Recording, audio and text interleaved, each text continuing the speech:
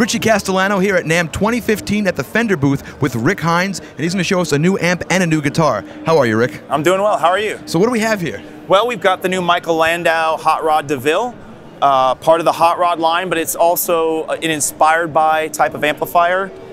Hot rods have been one of the biggest selling amplifiers in our history and the best selling tube amplifiers out there. And someone like Landau, who is a tone junkie, he's always got great tone, touch, feel, and when he changes delays or things like that, everyone goes and buys it. So we know that he knows tone.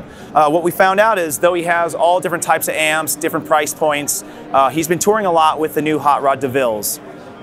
And we found out that he loves the way that they sound, they work well with his pedals. So when we decided to work with him to get this amp going, one of the first things he asked was, hey, can we remove the overdrive circuit? I don't tend to use it. I use my pedals for delay and for overdrives. So that's what we did. We removed the overdrive function. And by doing that, it seems to have made the tone a little bit purer because there's probably less circuitry in there.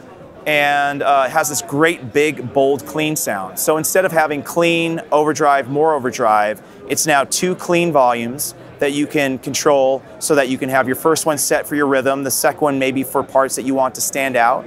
And then on the second channel, you have a boost, a clean boost of 6 decibels. So let's say you're doing a solo and you want to make sure that it stands out over the band. You hit that, and whether you're playing clean or distorted, you're definitely going to be heard.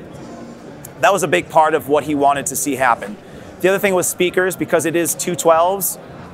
Michael wanted to do something a little different with the speakers, so we actually worked with him, found that he liked the Celestion V-type speakers.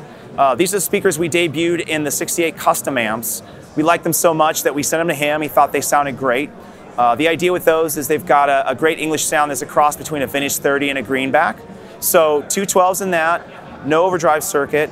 A couple of small details. It has a leather handle now, so if you're a gigging musician, it's a lot more comfortable to be carrying it around. And also, he asked that we hand wire the speakers to the speaker cord. Reason being, as you're touring and going around the world, chances are you're going to throw, your pedals and your other stuff in the back of it. This way, they're hand soldered, so they won't come loose in case you hit that. So sometimes they have clips. It's a nice small feature, but all these things end up making a big sound. Can we hear some of it? Yeah, absolutely. So I'm going to start out just with the clean tone on channel 1, volume 1.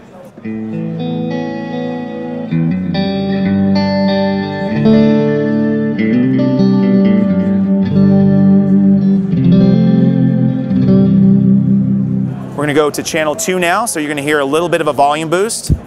That was clean, right? That is clean.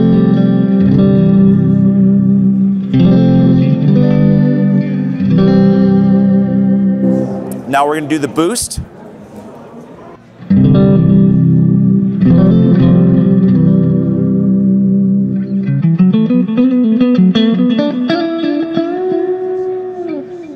So big, fat, clean sound.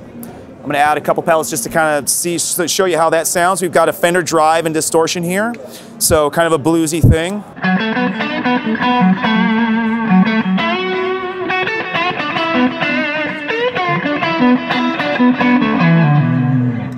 Distortion.